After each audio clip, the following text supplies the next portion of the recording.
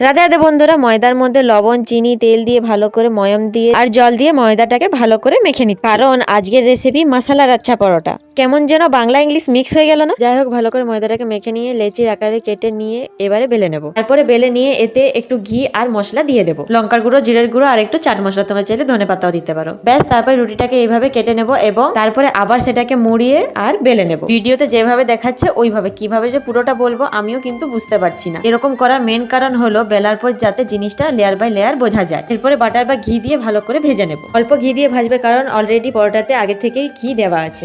আচ্ছা, তোমরা এই মশলা লাচ্ছা পরোটা কোনোদিনও ট্রাই করেছো? আমাকে অবশ্যই কিন্তু কমেন্ট বক্সে কমেন্ট করে জানিও। এই দেখো, আমার পরোটাগুলো ভালোভাবে ভাজা হয়ে গেছে। এবারে চলো পরোটাগুলোকে ভালো করে পিটিয়ে নেবো, যাতে লেয়ারটা ভালোভাবে বোঝা যায়। তারপর তোমরা এটা যা খুশি দিয়ে খেতে পারো। আমি খেয়েছিলাম ঘুগনি দিয়ে। আর গাইস, খেতে তো দারুণ হয়েছিল। বাড়ির সবাইও বলেছে দারুণ হয়েছে খেতে। তোমরাও বাড়িতে অবশ্যই ট্রাই করে। আশা করছি ভালো লাগবে। চলো, ভিডিওটা কেমন লাগলো অবশ্যই জানি। আজকে মতো এখানে টাটা।